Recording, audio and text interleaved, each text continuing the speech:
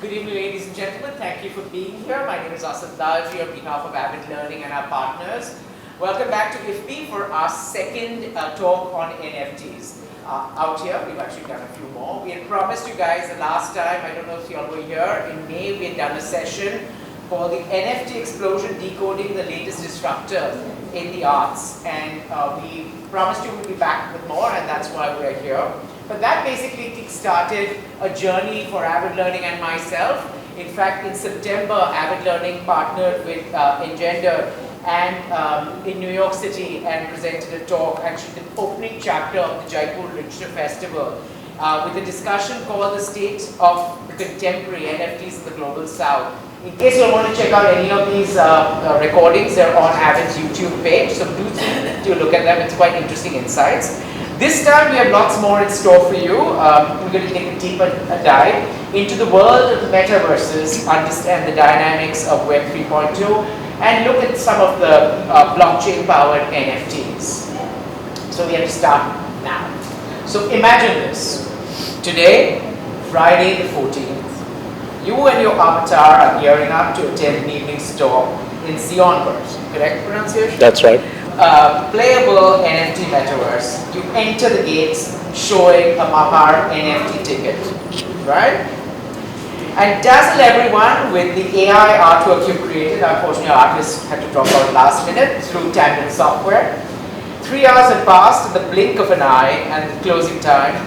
You can't get enough of this extraordinary virtual show on NFTs curated by EnGendered. And so you request eDAO Guide to extend this duration for a little longer. Sounds like a fantasy, right? But it's not. Today we have brought to you experts on this panel who are already making it a reality. So welcome to the brave new world of NFTs, presented in collaboration with EnGendered, IFPI by Avid Learning. Our panel of experts include co-founder Match My Talent, Festival Director Malhaar, Sonia Swaroop Choksi, Chief Operating Officer eDAO, Mairu Gupta, Cultural Producer and Founder EnGendered, Myna Mukherjee, Founder Totality Corp, Anshul Rustaggi, and our anchor for this evening and our moderator, founder, Art Insider, Shivani Sambhare. So get ready to have a real special sneak peek into this real world of our virtual future. Over to you, Shivani. Hi everyone. Thank you, Asad, for that introduction. Before we start, I just wanted to do a little bit of a check in the audience.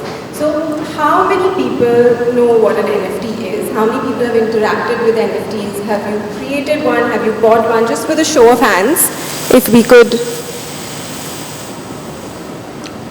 Okay. 6, 7, 8. Okay. Alright. So we're going to try and make this really simple for everybody to understand. And hopefully we'll be able to unpack all the layers in a very simple sort of way, right? So, let me just... so what comes to mind when you think of NFTs, right? Okay, so for most people it's this kind of an image, right? It's this image of a future that we probably can't see today. It's, futuristic, it's something that where we have all the avatars that Asad was mentioning, right? Or maybe it's, things that we rarely heard about, like this tweet that got sold for a lot of money, or, a GIF that people are buying, right? And if you've been remotely connected with the art world, you've seen this, which is the Beeple NFT, which sold for $69 million. So what really are NFTs? Okay, I'm going to try and explain it to you very simply. An NFT is a digital asset. This could mean anything. It could be, an audio file. It could be a JPEG. It could be an image or photograph. It could basically be anything that sits on a blockchain. Okay, a blockchain, if you want to think about it, is just a digital ledger that has information about these files that are being created. Right? Now, how this is different is that up to now, the ownership and the creation of files like this or images like this is a little hazy. Right? We don't know who created a GIF. We have used it in multiple ways, and nothing really goes back to the creator who has actually sat and made it, right? So what NFTs are doing is that they're really challenging. Okay, so I was talking about all of these digital files being created, but in the world that we are in today, it's a little difficult to trace ownership. It's a little difficult to, for any kind of royalties, especially to go back to the creator. So what NFTs are really doing is that they're challenging this idea, okay? Because what NFTs come with is something called a smart contract. Now, a smart contract has all these details written on it virtually. So it has details of who created it. For instance, if I create an artwork and as an NFT and I sell it to Asad, all the details of that I have created it, I've sold it to him, who he sells it to in the future, and therefore if I might get royalties from it or not, all that is recorded on the blockchain, which is a digital ledger, right? Now here's the funny part. Okay, I spoke about ownership and I spoke about IP, and I spoke about the creator getting the value out of these GIFs that they're making, the images that they're coming up with. But I just used all of that in a presentation, and I didn't have to pay a penny, right? I mean, nobody's coming for me, hopefully. So what am I really talking about here? Am I a bit crazy? Are we all a bit crazy? To answer that question, I want to just show a short video. This is a video way back of 1991. Goes to the David Letterman show, and David Letterman in his style says, so what's this new thing that I hear about called the internet? Can you just explain it to us? And there's Bill Gates, poor guy, trying to explain, people can send emails, people can send mail virtually, and he says, I think people are going to be able to watch baseball games and listen to baseball games virtually. And David Letterman is like, have you heard of a radio? And have you heard of a tape recorder? And at every point in time, the audience is laughing with him, right? So was Bill Gates crazy? No, because that's the world that we're living in today, right? But what he's really talking about here is a shift, and he was one of the first movers to go into a shift from what now we know as Web 1 to Web 2. And today, the shift that we are all, in the universe that we're trying to talk to you about today is a shift from Web 2 to Web 3. Okay, I'm going to try and just explain that really quickly. So what Web 1 really was a read-only web, right, where interactivity was limited. Web 2 is a read, write, interact, create kind of web, which is what we are still in today. But with Web 3, what you get is a read, write, interact, create and own sort of situation. Okay, now of course when you talk about ownership, this is a great space for creators to be in. This is what creators have been working towards, what they've wanted for a really long time, right? Another word that I'm going to throw at you in this whole mix is what is called as a DAO. Okay, DAO, D-A-O, is a decentralized autonomous organization. I know this sounds like a lot of jargon, but let me try and simplify it. Basically, if you have to think about what a DAO is, it's a virtual organization made up of people who have a shared interest or a common goal. So people who come together virtually, they want to invest in a particular, say, kind of NFT art. They want to, raise funding for charity, etc. They all come together. But the interesting part about a DAO, which is different from a traditional organization in the power structures that we have today, is that a DAO is decentralized. Members are given tokens and they all vote for what is going to happen or what they want to invest in, right? So with a DAO comes in transparency, because all of these things that they are doing again sit on the blockchain that I mentioned before. Blockchain is open for everybody to see. It's open source. It's material that anybody can have access to. So now you're telling creators that not only am I giving you a universe where you can create things, you can own things, it's completely transparent, you can find a community that you can trust. But also for the future, all the royalties of your hard work are going to come back to you, right? So this is a totally ideal situation that we're talking about. It's a utopian situation. Is it really is the conversation that we're hoping to have today? Because who we have on this panel is we have 4 creators who are operating in this Web3 universe. And what I'd like to do now is really get each one of them to explain to you what they're doing. And maybe we can then start, unpacking the whole idea of Web3 through them, right? So, Anshul, you want to go first? Sure. Hi everyone. So I'm the founder of Totality. We are creating Zineverse. What is Zineverse? Our aim is really to bring the wealth and richness in the Indian culture and mythology in an interactive media format. And we really believe that Web3 is the future of the internet and how people are really going to consume internet going forward. And the way we are actually doing this is by creating a sort of decentralized Roblox. For those of you who do not know what Roblox or Minecraft are, every media has actually gone through a moment where it's now mostly user generated, right? Whether it was text where you had blogs and then now you have Twitter, or you have even news on Twitter, whether it's photographs with Instagram, whether it's videos with YouTube, and now short videos with TikTok. And we really think that the future of the gaming media or interactive media is also going to be user generated. And what we are creating is a user generated gaming platform for Indians. So all our content is around Indian culture and Indian mythology. So that's really what we are doing, and really operating in the space of metaverse and Web 3.0. Thank you, Anshul. Sonia is also going to tell us about Match My Talent, about Malhaar, a little bit about that. Sure. Hi, good evening, everybody. I am the founder of Match My Talent, which is basically a search engine for anybody to find any performing artist across the globe. We are India-centric right now, but growing globally.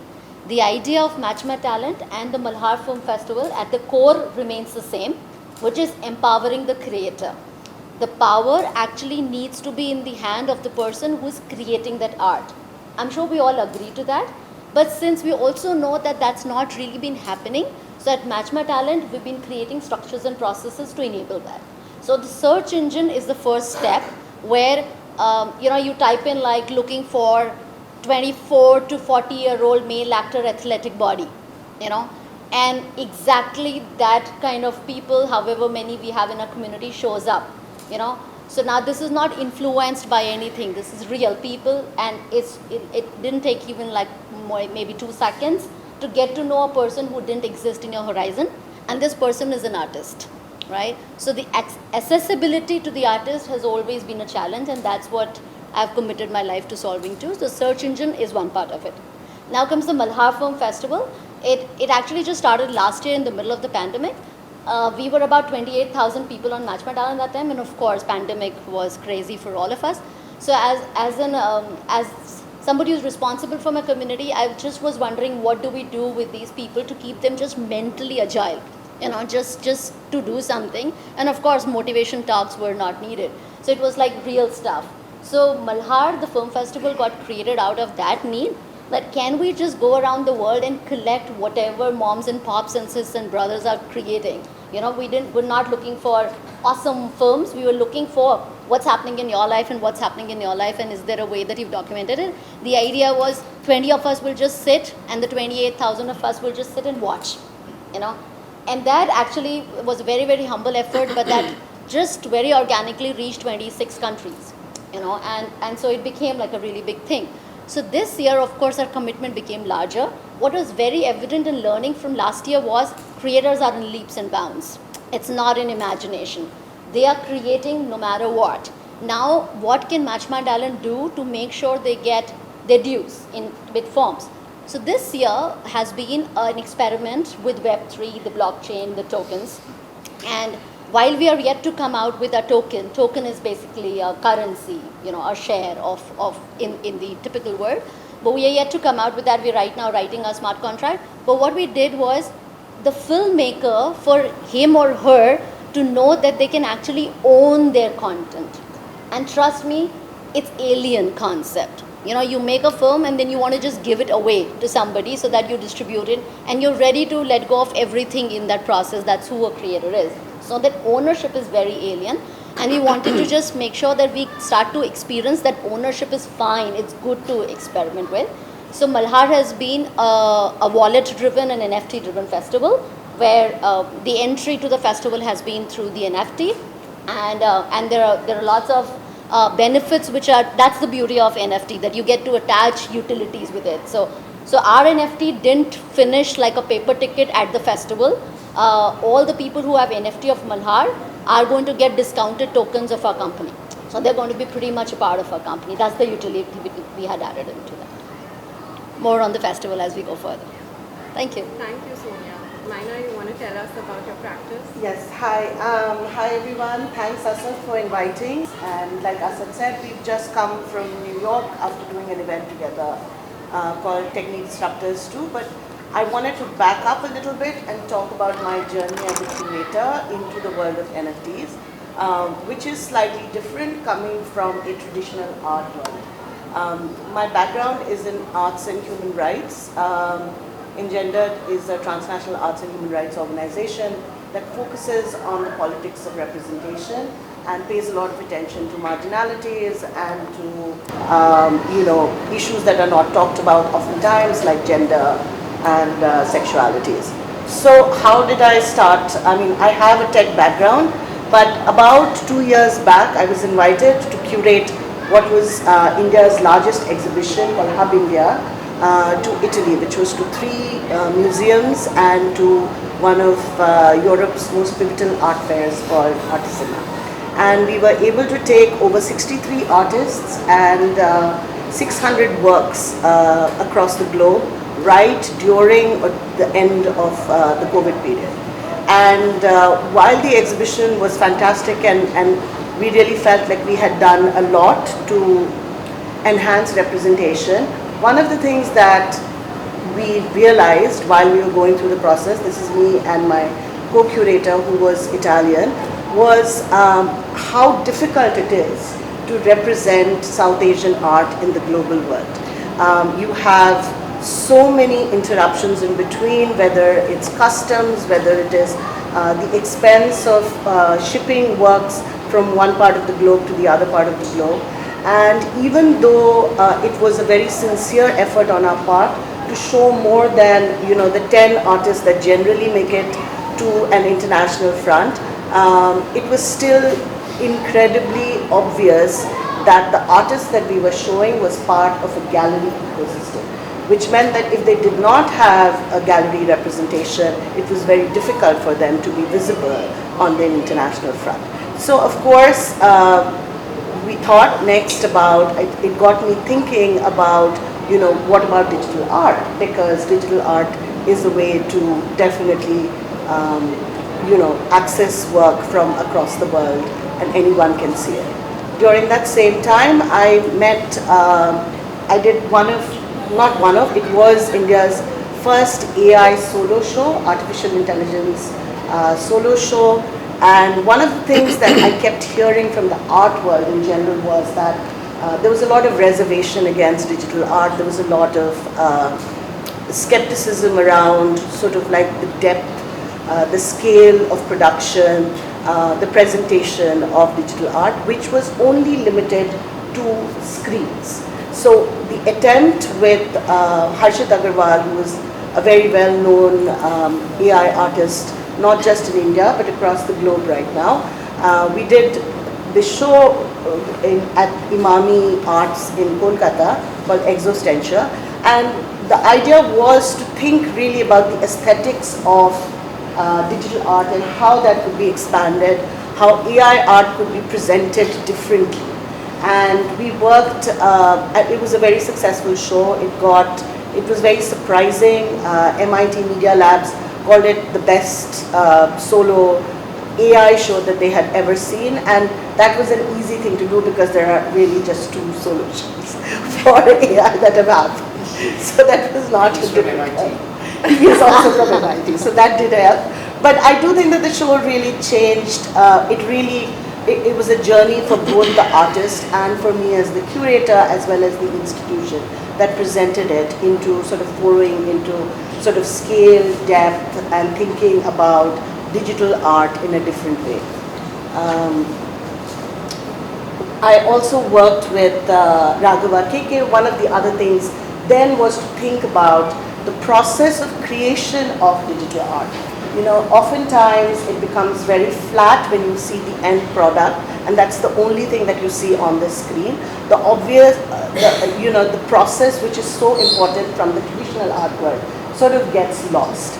And so I worked with Raghava KK, and then the third thing obviously is, sustainability and the commercial aspect of an NFT, and so we partnered with Sotheby's, and I was the curator, and Raghava was the first Indian to auction an NFT on Sotheby's. And this was the work that we created. It was a very interesting work, and the focus for the work was very much the process. It included a data scientist, it included a neuroscientist, and it included robots as well as the artist to create this. So it was truly a work that could not have been done without man or machine. It was a very participative work, and essentially looked at this idea of commodifying the most intimate of human experiences, the orgasm. So, and this was sort of like it also sort of tried to bridge the divide between a physical and a digital work. So it was called La Petite Mort, and we were very proud to sort of auction it for 94,000 something at Sotheby's. And then a year later, we also did a second rendition of that as part of a DAO called the Regeneration DAO, started by Lara Stein, who is the founder of TEDx and the TED Prize, etc., etc. And that one looked at, could you teach a machine intimacy?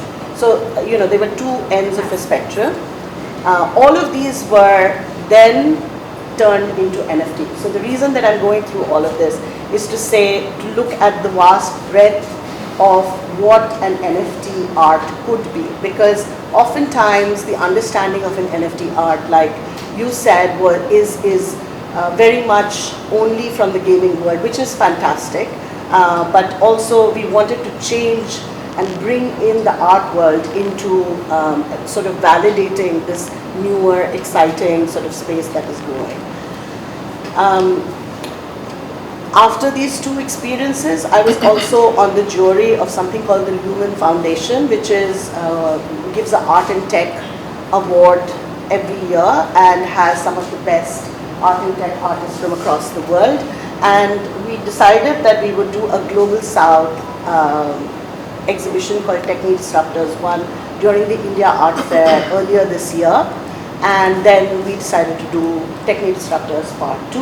And basically the focus was again looking at emerging voices from the Global South, to look at cultural perpetuity, to think about, like you said, Anshul, to look at an aesthetic that is much more Eastern than Western, and to break some of the stereotypes around that.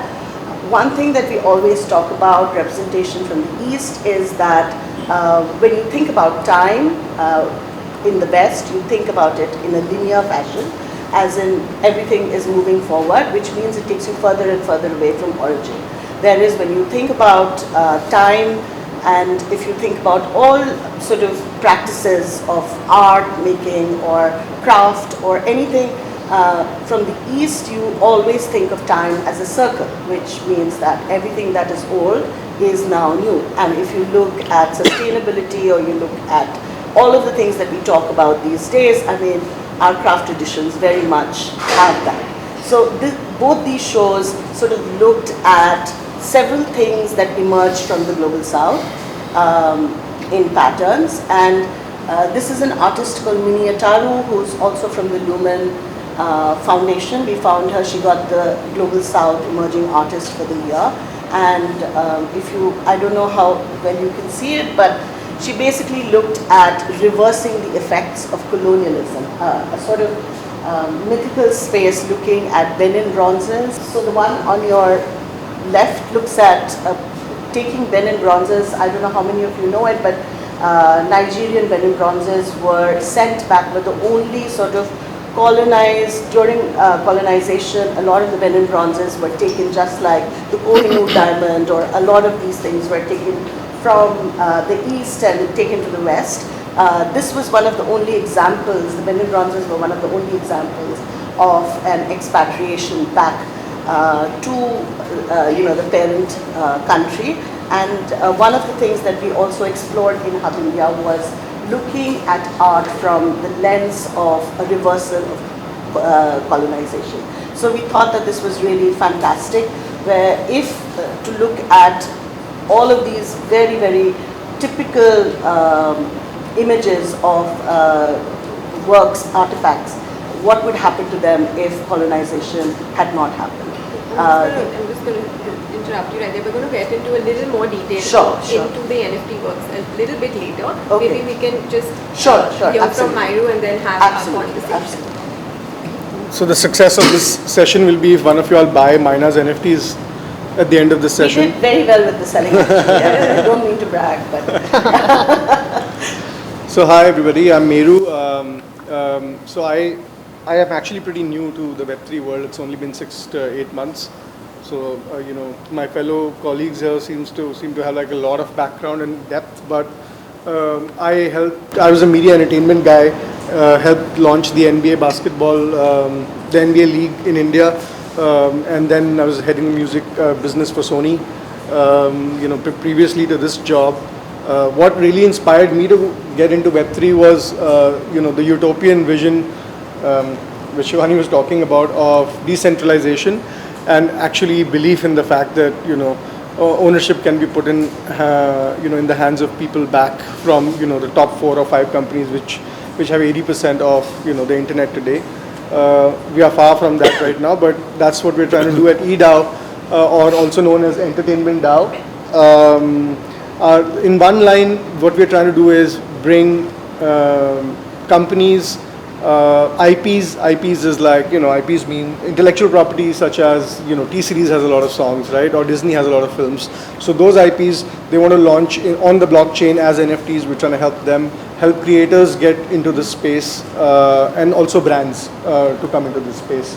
So I'm going to trying to be quick about this, but 2-3 reasons why Web 3.0 is exciting is because it's not bound by geography.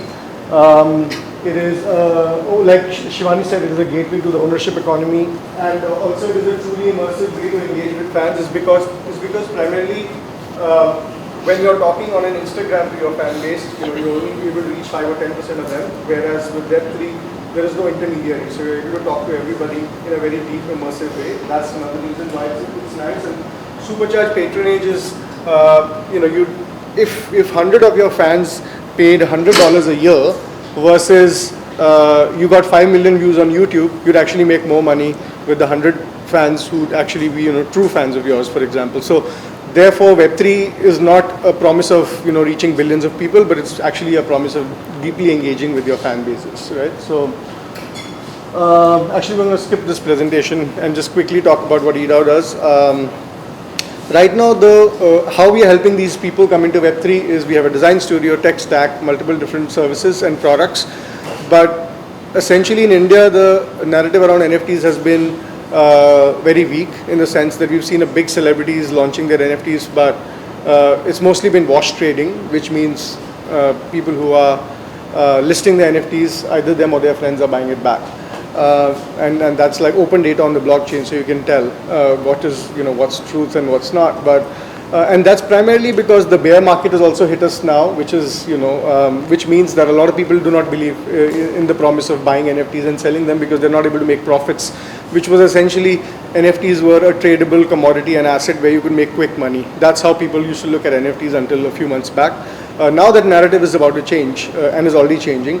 And that's what we are trying to do, is bring real value to an NFT, not just because you can make money of it, but the experience that it can provide to you, whether it's digitally, whether it's in the metaverse, whether it's in real life, whether it's through access, membership. And we'll talk in more detail about all of those use cases, but essentially that's what we're trying to do. Okay, so I'm just going to pick up from what you just mentioned, about the experience, because you come from, a media entertainment traditional, I come from that space as well. So just for all of us to understand, as a creator engaging with this space first, how is my experience, how is innovation, how is creativity for me as a creator different from Web 2 to Web 3? So if I had to ask you specifically, if I was, say, a musician, or I was part of a band and I wanted to produce an album, how would my experience be different in this new universe? So actually it shouldn't be different. The process of creating art remains the same in the sense that you have to, you have to be inspired deeply by something to be able to create something. You have to be able to be comfortable with the medium to express it in the best possible way that you do. And I think the only thing that changes here is, and this is a discussion which Myna will also, I think, delve into a little bit, is that, for example, art, when you're making art for the real world or for the physical world, your medium is different. But when you're making art for NFTs, sometimes you have to be native to the medium. You have to be native to digital. And in music is created digitally anyway, right? So the only difference would be that you would have to build a strong community of people who are passionate about the vision that you are trying to bring with your music, and about your music as well, and then once you have that community, they will support you through your journey. And we see that lots of examples, like Blau, who's made I think $6 to $7 million with his first music drop. You've got Avenged Sevenfold, like when we were kids, like it's a rock band from then, but they've adapted so quickly to the space. They have a community of thousands of fans where they spend time with them, they go and have AMAs, they give them backstage access. There's so much value that they provide to their community. And they've not changed the process of making their music essentially for Web3, but they've built a community which is very strong and providing, they're giving value to them. One thing though, that technology allows is for a very interesting thing that we are working on with the NFT marketplace called Async Art, is that launch a song as an NFT, but also create 25 different stems of that song. So you take like different aspects of the song, different beats when you're composing the song, and you create 25 different versions or smaller versions of that stems of that song, and then you put them out as NFTs, let people own those NFTs and create new music using existing strands of your own music, right? And so the whole concept of ownership of that song can break down into multiple aspects, and people can own that and then remix that and recreate that and then make money, and somebody else is making money. You can always it's automatically 5% can come to you for every sale that the other person does. So that the medium is the message in some of the cases. So it's the experience as well that you're providing to your users, you're providing to your fans, your community as well. Yeah. That is sort of the added aspect to this, right? So the reason why I stopped you right there is because I wanted to get into this whole idea of how do artists, approach art in this digital medium, in this, in this Web3 universe. And is it, would you recommend traditional artists who are using traditional mediums up to now, to experiment with this, or is this for digital native artists only? I think definitely artists who are digitally native have more play field in this space. Also artists who are AI, more acclimated to AI. I mean, this is a great space for them. And it's also an essential space, I feel, because AI is generally used right now for weapons of mass destruction mostly, or to basically surveil or to dictate our own choices to us. So to see, and we are going to be dragged into a world of AI irrespective, and I think that it's really exciting to see artists really take control of that back and to use it to create art rather than any of these other kind of things. It brings the humanity back, and it makes it a tool much more than letting AI sort of control our choices and leading us into a place where we don't. In terms of NFTs, I feel like it's inevitable. I mean, because I'm also techno-optimist in many ways, and I feel it's inevitable. I think that artists will definitely not start creating digitally only, but I think more and more, at least curators like me, are thinking of how do you bridge that divide between the physical and the digital. Artists should create in the mediums that they're most comfortable with. They should also push their boundaries and create in newer mediums, and that has always happened. There was a time when dance was about movement, and then there was an entire time when dance was about stillness. I grew up in, I had many formative years in New York, and I saw the whole traditional meaning of dance, of music, we've seen those changes with every genre that comes through. So I think that that's inevitable. We've been working with very traditional artists. That is one of the other things that we've been doing, is we've been working with some of India's best known traditional artists and trying to get them to really understand that the NFT space doesn't need to take away from their standard practices, but rather it can help, instead of displacing, it can help accentuate, it can enable a lot more. So if you don't mind, can I just show one example of that? That would be great. Some of these are very simple works. This is an artist from Iran, for example, who's a photographer, and this is what he does. He's a photographer, and taking it into a digital medium or trying to create an NFT that is different from his standard practice just adds motion and adds a layer to, and makes it, actually enhances his photography very beautifully, creates more depth. He works with sort of underground performers in Iran, and you know, if you look at the works themselves on an NFT, you see that they just add to what he's trying to capture with the performers in the first place. But this, for example, is Puneet Kaushik's work.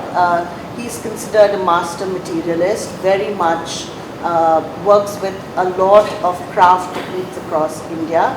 And this is a work that is currently being looked at by the MoMA for acquisition.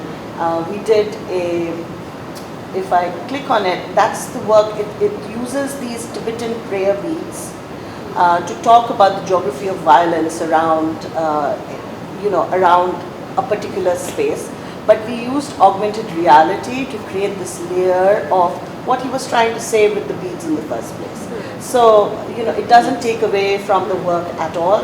Rather, it just adds to it and enables like a layer.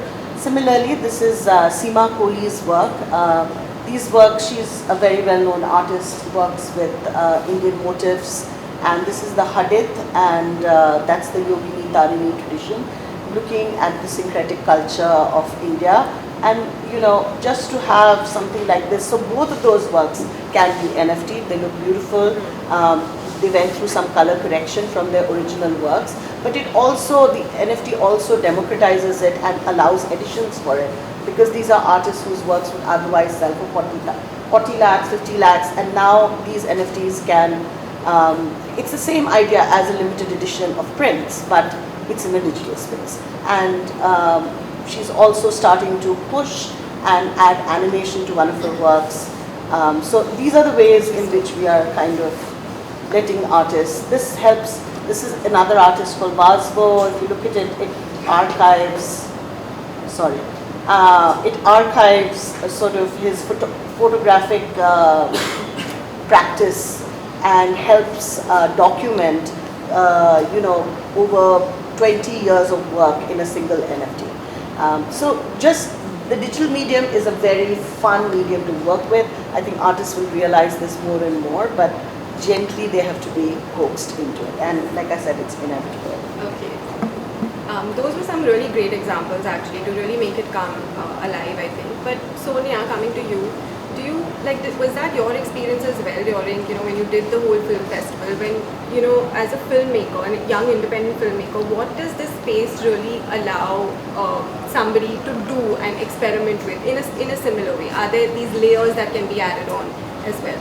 Absolutely. So layers being added is the fundamental structure of the technology. But I have felt one thing differently. In the Web 2 or the traditional segment, artist creates that art also for somebody else who's going to pay for it, not always for themselves. So there is often the person who's producing it or commissioning it, and hence their interest has to be taken care of. So it's not entirely the artist all the time, right? Versus, to answer the question, what's going to change here? Here the artist can be completely their own masters. Represent exactly what their thought, what their narrative, what their style is, and stand for it. If it makes money, if it gets investor, you would know that you're able to communicate your point. If it doesn't, you know that there is area of work also, right? But my experience, like in the films, it's always commissioned. It's always, one would always go for, getting it produced by somebody, getting commissioned. So of course they're going to call the shots. They will have a version of that, right? versus an independent filmmaker like me. I have so many films which haven't made it out of my drawer, because they were sent out and then nobody was interested. But in terms of time and money, I spent whatever was there to spend, I spent.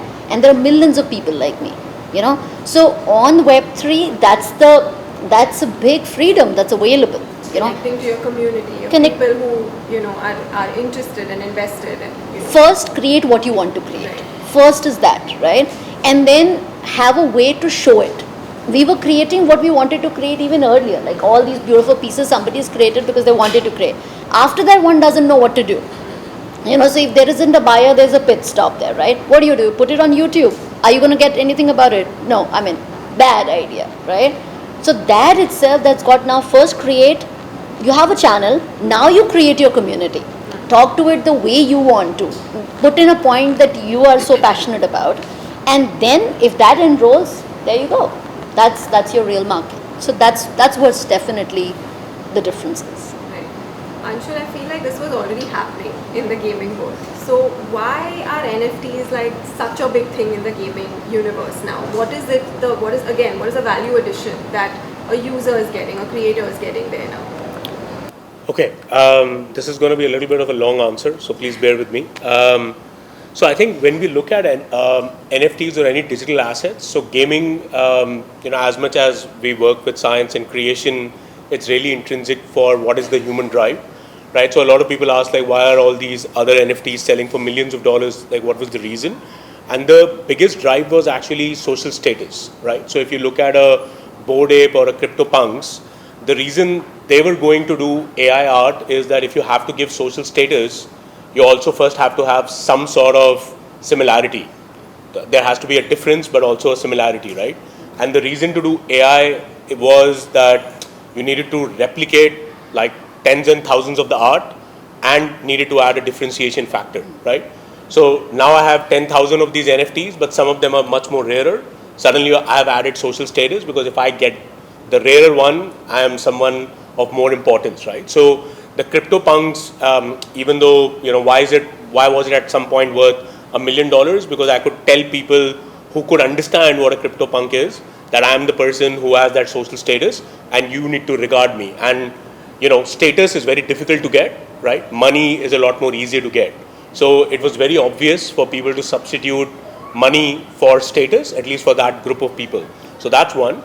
Second point would be that whenever we look at any asset class, particularly in collectibles, the framework that at least we look at is that it has to start with the utility, becomes a hobby, and then becomes an asset class, right? That's the same with art, same with sneakers, same with watches, same with game, right? So games start, the utility is that I'm having fun, I'm getting competence, started becoming a hobby because tons of people play it, became an asset class, right? Now, the difficulty is that, what people really understood with NFTs is, oh wow, an asset class, and everyone jumped to it as an asset class. Now a lot of, I don't want to mention anything, but a lot of things that were done as NFTs and are being done as NFTs, being portrayed as an asset class, never were a hobby, and if they were a hobby, they didn't have any utility, right? So for an asset class to sustain, and which is why now in this bear market of crypto, you might, if you read, you will read, oh my God, NFTs need to have utility, right? Because utility becomes a hobby, becomes an asset class. So gaming had a little bit of that, but a lot of new models of gaming, if they don't have that utility, they don't have that fun, will not be a hobby, doesn't need to be an asset class. Can't force becoming an asset class by definition, right? Last point, whenever we look at sort of NFTs or the Web3 world in general, I look at three things, right? One, we have talked about ownership, right? But when you look at ownership, you have to really separate economic right, from ownership. What is this other part of ownership which is beyond economic right? It is that, I feel good, right? Like owning a house in India is not just economic, it's a competence thing that, okay, I am someone, I bought a house, I feel much better about myself because your parents are like, Shabash Bachcha, now you have arrived somewhere in life, right? So it's part taking there. I have the right to change anything, right? If I rent a place versus I buy a place, then the right I have to change the place is a lot more. It's not economic, it's something that I have the right to do, right? Economics is separate. So one is ownership. My view is in India, today, especially in the NFT world, people really don't care about ownership. Like, no one is going to pay for it, right? Like, think about privacy as an example. Like, if you go to a very well-known doctor, you're probably discussing your most intimate things in front of 10 other patients and 100 other people standing in the back. So we really don't value privacy, ownership truly as much. For us, ownership means economic right, right? The second aspect is experience, right? Is this metaverse, Web3, NFT enhancing my experience? So like something you very rightly said, if the paintings or the sculptures were still, but now by adding animation effects, right, they have suddenly like fashion, right? Instead of just saying that, you know, my Prada, whatever shoes, bag is just like I'm making an NFT of it because it's a clip, can I add digital effects to it, right? Can it have effects inside the NFT? If it enhances the experience, then it actually becomes valuable.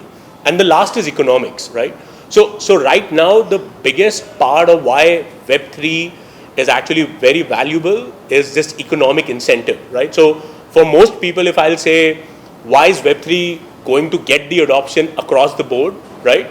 It is because the economic part of it is very native to Web3, right? So like I think Mairu was discussing that, you know, you could deconstruct and create strands of a music and very easily track the economic right. Like if I use your music strand, I need to pay a royalty and it's automatically done, right? Or I could take that strand, if it becomes popular, I could trade it.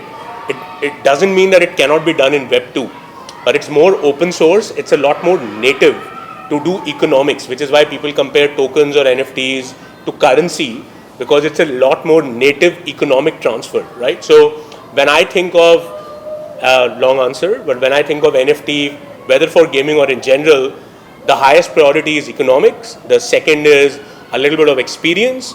And the least important to me, at least in India, is this ownership part. This is all great, but Anshul is a very smart guy. In one project, he was able to do utility, hobby, and asset class, which you should know about, the Lakshmi coin. Yes, we are going to talk about Yeah. We're going to talk exactly about that right now, because I want to get into all of these things that you said, especially with the idea of experiences. So in fact, I heard a podcast in which your partner, Anand, was talking about how eDAO wants to move from NFTs as an asset class to a ticket to experiences, right? So what does that really mean? What is that ticket to experiences that you're promising us? And for me as a collector, just a user, I'm not creating anything right now. So just as a user, as somebody who's engaging with NFTs, what is it that I'm really getting, you know? And to throw to you, you know, in this whole conversation is that as an art collector, do they really have value at the moment, right? So, you know, you want to just jump into... Sure. You know, this actually conversation started, so my partner or my co-founder is, his name is Anand, and Tubadur, he's the guy who bought the $69 million Beeple NFT.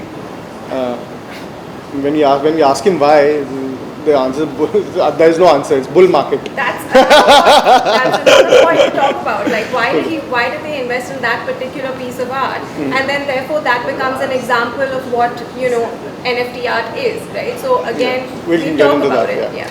But what we mean by building experiences with NFTs is, for example, in the real world, art is hanging on your wall and your friends are coming home and, you know, looking at it, and you know, it gives you joy to talk about it, show it to them.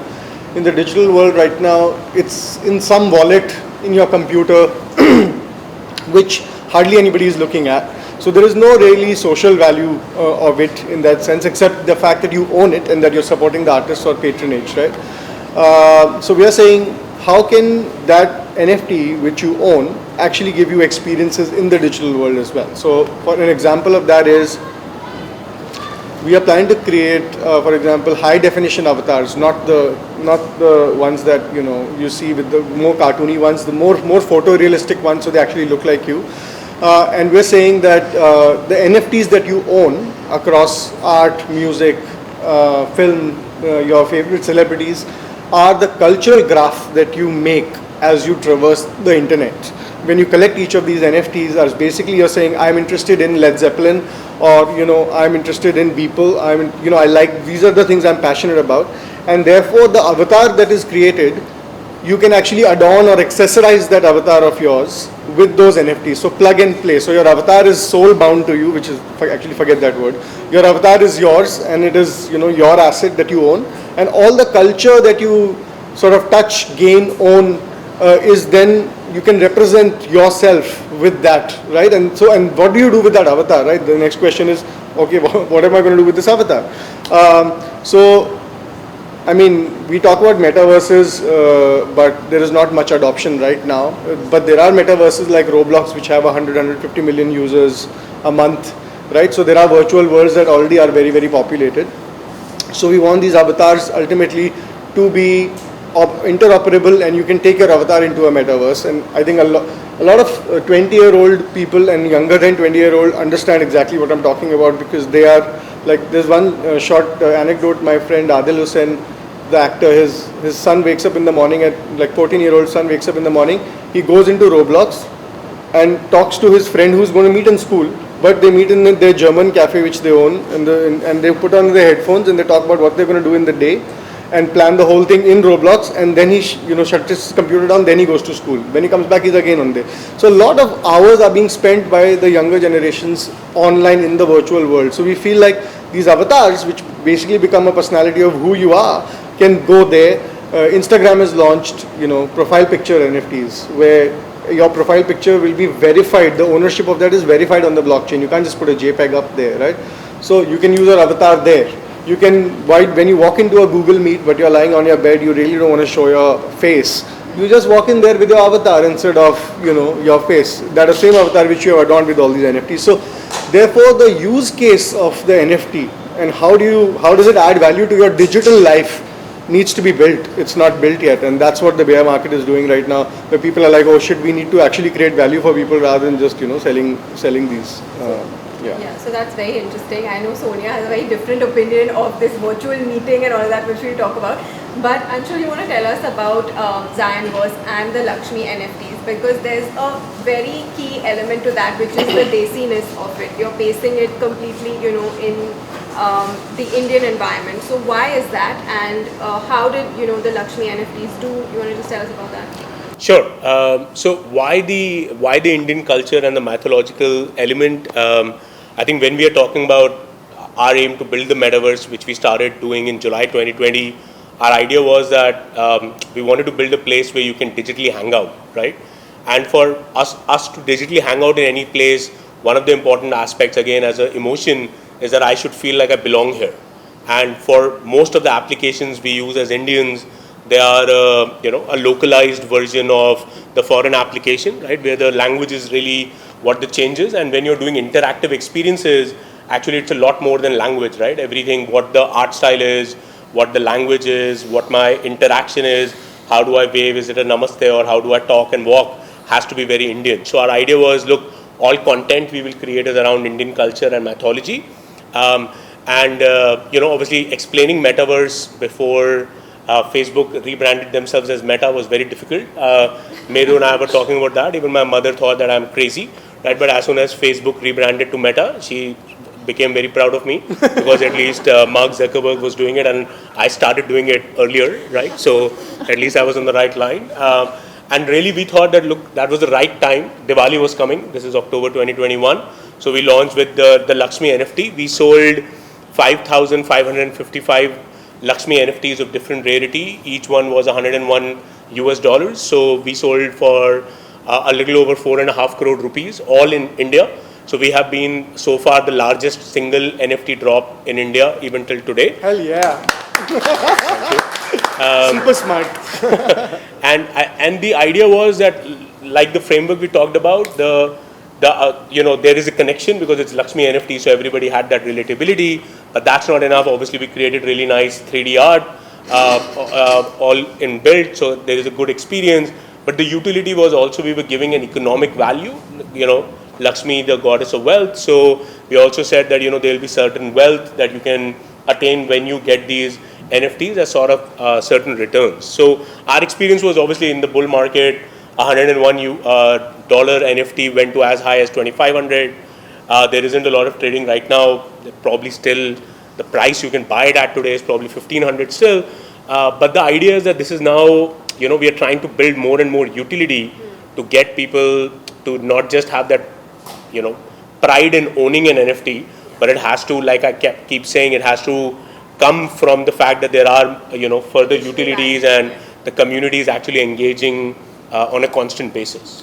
But also the brilliant human insight of, if you have, Web3 has a wallet, right? You have a wallet in Web3 where all your money and everything is lying. So the beautiful human insight of it, Lakshmi being auspicious to hold in your wallet as an NFT is just brilliant. Like, I would buy it. Right. So that's quite amazing, I think. Thank you. Yeah, so I think that was the point. The point was that, so we also did an NFT launch in August of this year, and that was called the Vishwas NFT. So there was a bear market, Vault, which is a crypto exchange, went down, and what we really wanted to tell our people is to sort of have trust in what we are doing and what this entire environment is doing. And that also was done for the Lakshmi NFT holders, and 99.2% of people who were Lakshmi NFT holders also bought the Vishwas NFT. Okay, Sonia, I want to quickly bring you into this discussion because going to the cinema is such a collective experience for all of us, right? And here what we've outlined is this virtual world like we were talking about earlier, where there isn't any face-to-face interaction. So for me, as somebody who is engaging with a Malhaar Film Festival, for instance, what is it that I get, as just a viewer, just somebody who's a user, of the platform? Right. So, so Malhaar is looking at it in the context of the filmmaker and of their audience, both their audience, and of course the Malhaar audience also. So one thing that the filmmakers have taken from, since this was their first brace with NFT and with the Web3, so they haven't, the Malhaar community hasn't yet gone and created their own NFTs, but our concluding talks with them were to the effect where they're saying, so in Malhaar we're building, our smart contract is such that every filmmaker would be able to include their cast and crew as stakeholders into their NFT. Again, breaking a pattern. So far in the film world, there is the producer who makes the final buck, right? And anybody else is secondary and third and fourth, right? So for the filmmaker to be empowered to do this, that's the first thing that they're doing, which is sitting inside our smart contract. But what it means is that any film which is on Malhaar and is shortlisted and selected, their NFTs would have a way that each cast and crew would have a percentage in it. Now what happens with that? The cast and crew which actually signs off right after the shoot or the post-production and goes on to another production, another film, is now not going anywhere. They are going to be invested in the film's economical high, which so far hasn't happened anywhere in the world. You take your check and you're out of the thing, and the producer and the distributor is doing the work. Unless you're Akshay Kumar. Unless, of course, which is just one. So that's one thing. The second thing about the in-person. So like now the filmmakers, the short films that they're making, short films anyways doesn't have a theater, So what we are doing is we are plugging in with about 17 distributors globally right now.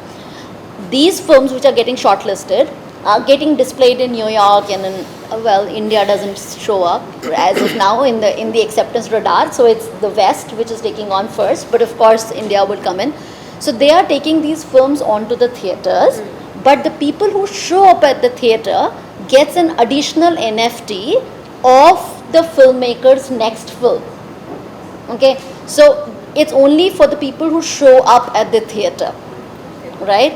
And when so this is almost like a surprise which is being given, that the filmmaker is going to be at the theater, but let's say the filmmaker is not the filmmaker of the world, so you're not going to come to watch the person in the.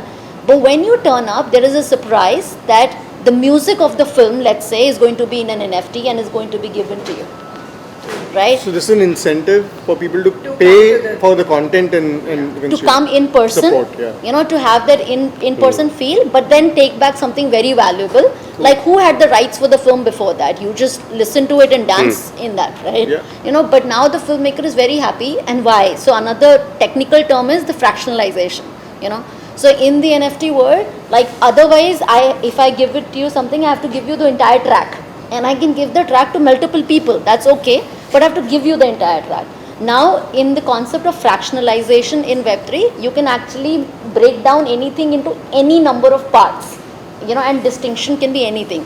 So let's say this filmmaker says that, okay, I want to give away my music and I can create 1,000 fractions of that. That's a choice that the filmmaker can make, and it cannot be altered. The best thing is it cannot be altered. What we also suffer from is change of mind. When we are struggling, we want to do everything, and when we are Akshay Kumar, then we don't want to do anything, right? Don't quote that. So this changes completely. Once the filmmaker is promised, it's there, and those 1,000 NFTs of his music are going to be given at the theater where they're viewing, and they're doing many other things. So they're sending it out in the mails, their own NFTs, which are another filmmaker recently is giving away his storyboard. Just because he got in Malhaar Film Festival, there were 127 reviews just asking person that, can I see your storyboard?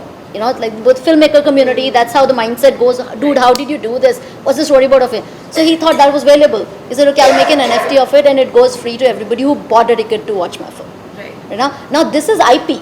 This is intellectual property. This is actually his. Doesn't need to give it away. But by doing that, he's building such a great relationship with his fans. They're not going to turn back on him now ever again. Right. So now, really, I just want to open out the discussion to specifically start with you, Myna, on this whole idea of value. This is what we're talking about, right? The value to the user who's engaging. Now, in the art world specifically, when I buy an NFT right now, does it really have any value? Does the IP really hold, for instance? Why as a collector should I actually invest right now in an NFT? What value is it adding to me? So the fine art world experience is completely different from the utility NFT experience. I first want to qualify that and say, what we are seeing is that the art actually adds the value to the NFT, especially in the bear market. Art inherently has value. This is something over the years that we have seen. So traditional artists who, like Asima Kohli or Ranveer Kalekar dropping one of his first NFTs. These are all really established artists. When they drop an NFT, essentially the collector gets the value that's associated with the artist that has been built over several years. So that doesn't, and in many ways that's a really good thing, because there is such a lot of skepticism in the NFT world right now.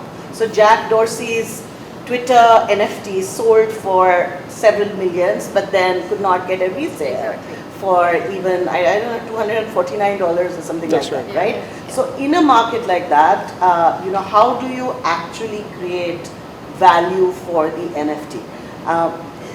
From my perspective, and from a lot of artists and galleries, the NFT is a fantastic way to also have provenance, which is something that every artist needs after a certain point, after reaching a particular stage. And so that's the utility of the NFT, but really essentially it's like a house deed to a house. The house is the real value, which is the art, and the NFT is just the house deed, which gives ownership. A lot is changing in the NFT fine art world. Mairu, for example, two big things is that fine art NFTs are no longer just on your wallet. People are displaying in a very big way. There are tons of new players in the market who are creating display units that are only meant specifically to display your NFTs. Yeah. And we were at the Armory show, was right before we did our show, and there were display units that are over $39,000, that will only project. So it protects your rights for ownership. You can only project on it through your wallet. Yeah. So that's really exciting. And there are color gradations. There are all sorts of sizes. There are now not just your standard television size aspect ratio, but also square, because Instagram is such a big thing, and you want to have NFTs that are and display units that are perfect squares, like Token Square. We worked with a couple of emerging technologies right now that are specifically meant to show and display NFTs and digital artwork. And they are beautiful. I mean, you could print a video exactly the way that you would print a photograph, and you could display it the way that you would display a photograph, with no wires, nothing. It's something called infinite objects. We work with a bunch of different technologies. So that is changing rapidly. People are thinking more and more just from the point of view of art. And one of the things, so I think that, it's not one or the other. I think, there are all sorts of players, all sorts of uses that are coming into place.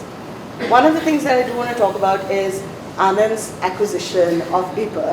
I feel Before you get there, can I just give an example of what you're, just to illustrate what you're saying? My friend Natasha, she was talking to me last night. We were discussing what is the value of having art in your Web3 wallet. And she was actually talking about the same thing. She's saying, a typical art collector's challenge is that a lot of the art is just lying, packed in the corners of the house because they don't have enough walls to put it up, right? And so, she was saying these digital, wall-sized display units solve a very simple problem of being able to change the art. As you see, like on Diwali, you put your, MF Hussain up. On your rave, you put your orgasm up. So you can actually keep changing the mood depending on the occasion of all the art that you actually own. That's so true, because we are working with someone called a software company called Neo. It's one of the best known for fine art viewing of NFTs, and it works with the Samsung Art TV. I don't know if you guys know about that, but basically it sort of optimizes the screen for NFT viewing, and you can change your art in your wall without having to change anything else, without putting in nails or reconfiguring your living room for that. We've also been very successful in selling to institutions and to museums. What is the future of the museum? I mean, all art essentially eventually gets to a certain point and finds a legitimacy, including photography at one point, when the museum, the public institution, the institutions, the collectors get involved. And the traditional, and that is the challenge right now, is on one side to bring in the traditional collector also to have more faith in this space. And I think that we are able to do it more and more. We've been able to place works in, the KNMA, for example, an entire collection, Technique Disruptors one was almost completely bought out by the KNMA. We were able to place in the New Media Museum in Italy, Ilaria Bonacosa, very well known. We were able to place in Hong Kong, and now recently with Simon Mordaunt at the MoMA, who's the co-chair of the board of directors there. So I think more and more, but the focus from our side is just the art. It's not, the technology will change over time, it's medium. Going back to that question of the market, just because I was on Wall Street in a previous life, I think a lot of people who were initial players in the crypto world were also establishing the market. So I don't necessarily think that that was the value that they thought that particular work had, but they were establishing the market for it. And I think that they did a great job. It was like that tulip thing at some point, and I feel like right now with the bear market, I think there's a market correction that's happening in terms of expectations, and I think that's a good thing, because then it actually becomes a place that people can trust more organically.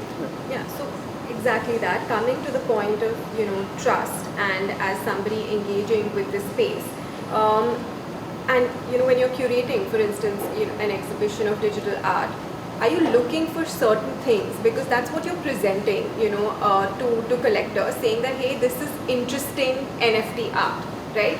Now, with that curatorial eye, is there a difference in the way you would look, or something specific that you're looking for in the NFT space, for example? Look, every single curator will have a different taste, and their particular sort of conviction for that taste is what will help convince the collector to buy. So I'll tell you where I'm coming from. Right, Right. now, as an artist, a digital artist who's finally getting that legitimacy in this world, right? I'm trying to navigate the space. What I'm really here for, I'm asking the question is, will my art sell? Is there somebody who's Yes. going to buy my art? And therefore, is there a good art versus, I mean, it's a controversial question, right? But is there something that is appealing more or, works better in the NFT space? This is a complicated question to answer, but I will. Digital art has had a huge history already. I mean, it's not that the NFT brought digital artists into play. I mean, Ranveer Kalakar's work in India has been sold for millions, and he's primarily a digital artist. Similarly, for video artists, there are entire museums that are dedicated to video art, right? Yeah. Again, from the fine art world, this is just a new way to a new medium, like I said, the house deed to buy the art, right? And there is going to be that distinction. I don't think necessarily that, I don't think of art as good art or bad art, but I do understand from the point of collection. I also think it's like sushi, the more you see it, you develop a taste for it. It's an acquired taste. Or like jazz music, either you get it or you don't. Either you get it or you don't, yeah. How I curate is exactly the way that I curate traditional art. If it excites me, if the thought behind it is interesting, if it appeals to me aesthetically, I will curate it, and I will, choose to put my faith in the artist and push the artist also. But I think that everyone has, I also see a lot of worth in, for example, artists who are creating animation and, newer sort of styles from Korea, like the whole aspect of cute art. Cute is suddenly like an aesthetic, right? And I think that anything that adds diversity, I mean, I come from that. My school of thought is, the politics of representation, more is always better. And I wouldn't necessarily choose some of that work, but I don't think that them being in the same pool of, in the market is a bad thing. I think a collector will always choose based on an investment factor, but there will always also be collectors who will buy because they love art. And they could love whatever. The rules of the game are the same. Are They're not very absolutely different, the same, right? and that's what we see. And yeah, exactly. And It's today the collectors are the anonymous Twitter handles. Right. She's a real curator. No. Flesh and blood here.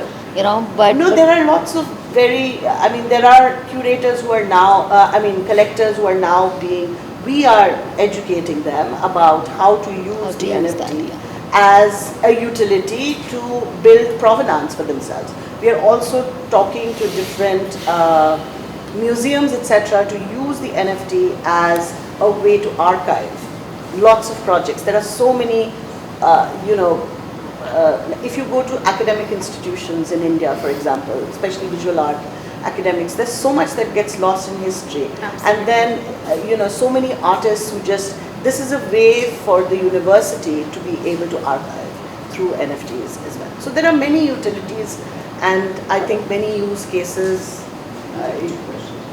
Okay. And one more thing, there's a couple of platforms from India that are coming up in the curatorial art space, one of which you are curating for also, the Upside space. Upside, which is going to be Lisa Ray's art platform in South Asia, right? Yeah, and 7 countries. I think that's, also very much like the Global South idea of having more sort of voices that can, in unison, create more impact. And then there is Hefty Art, which is representing the estate of M.F. Hussain, and the founder of which is right there. Hi, Kanishk.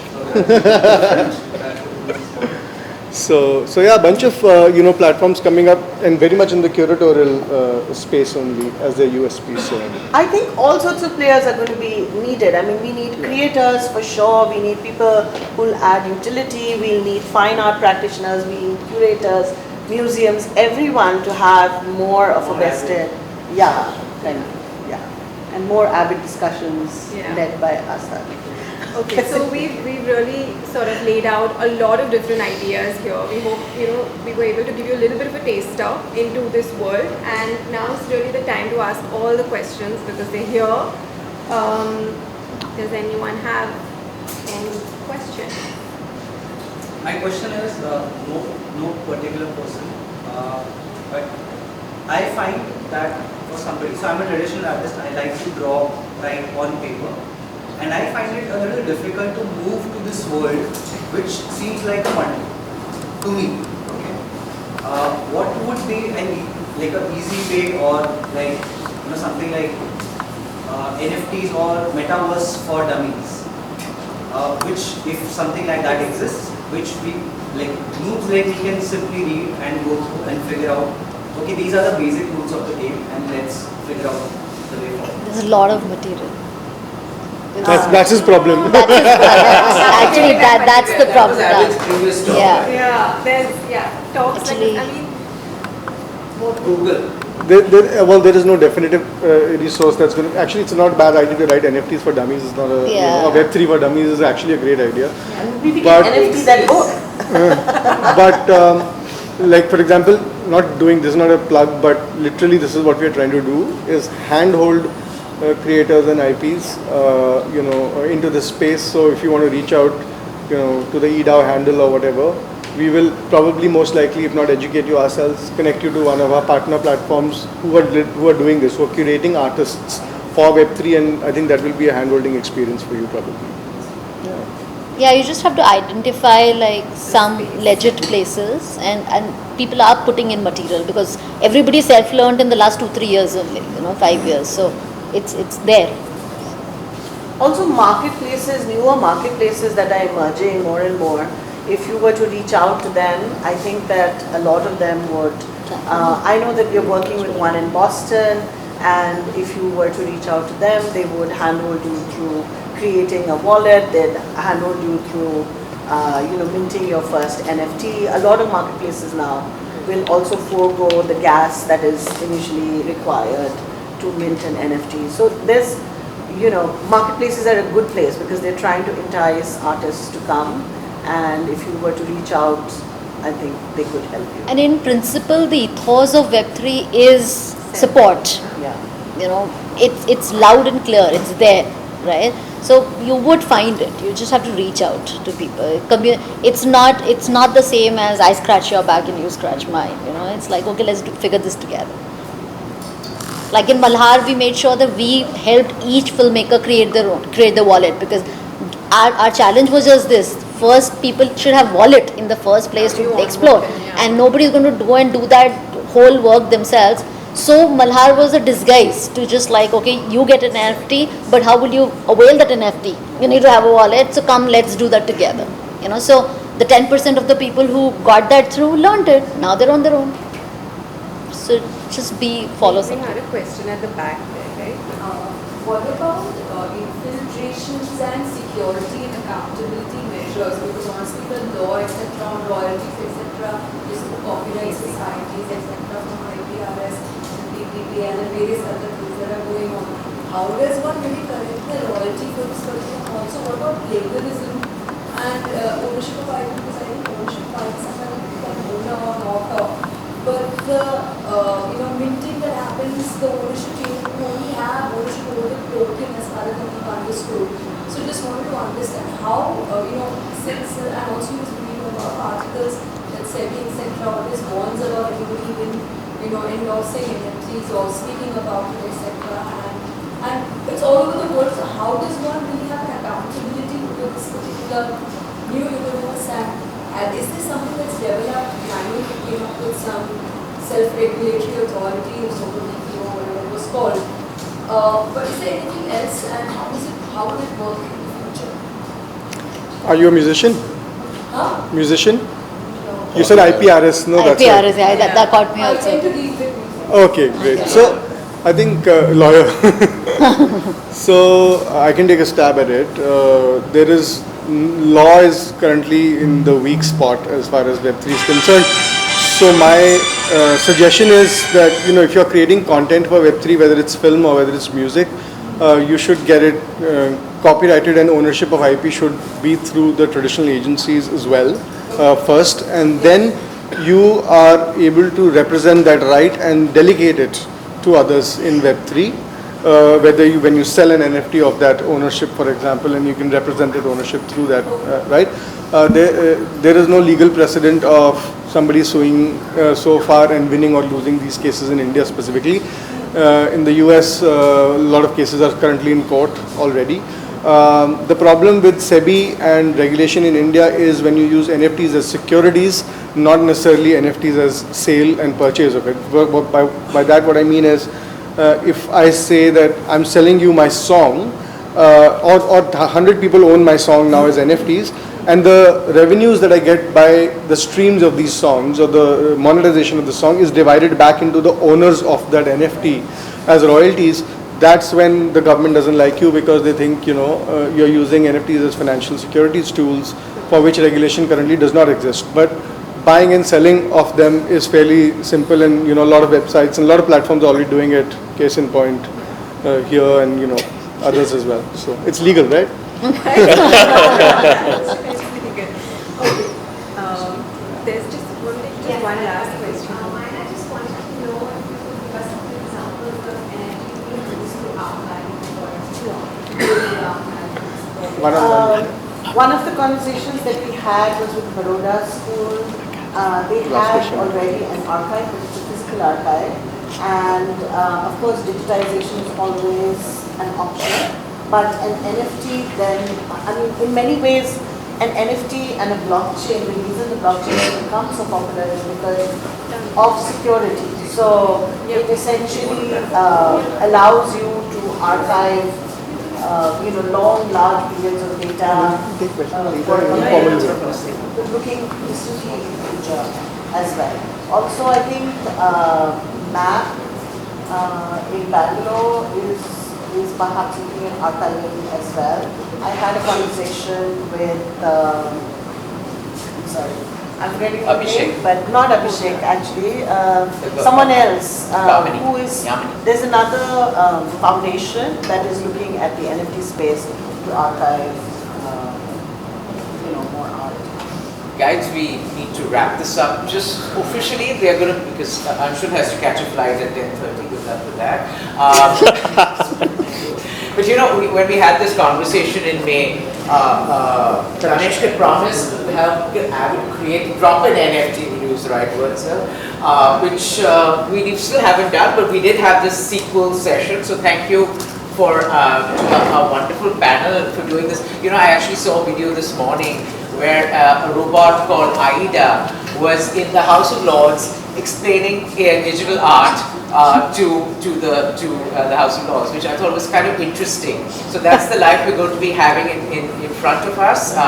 Technology is not going anywhere. It's only going to get more and more interesting and more, it's going to change our lives even more, so better embrace it. And Web3. Thank you to our panelists who've been amazing, and to I've been doing this for many years, but I've never seen such a buttoned up moderator who actually did some work. Generally, most of them wing it. And thanks to all our partners, EnGendered, Myna. This is for round 2. Our first one was in New York. To our partners, IFP, I see Shikha somewhere. I just saw her somewhere. Shikha, Saritza, Kajal and the team for partnering with us. And to all of you all for actually being here. I know you'll brave this monsoon flurry of rain and come here, but thank you for being here. And just follow us on social media to find out what we're doing next, or check out our website. Don't run, talk to these guys because they're a gold mine of information. Thank you very much, everyone.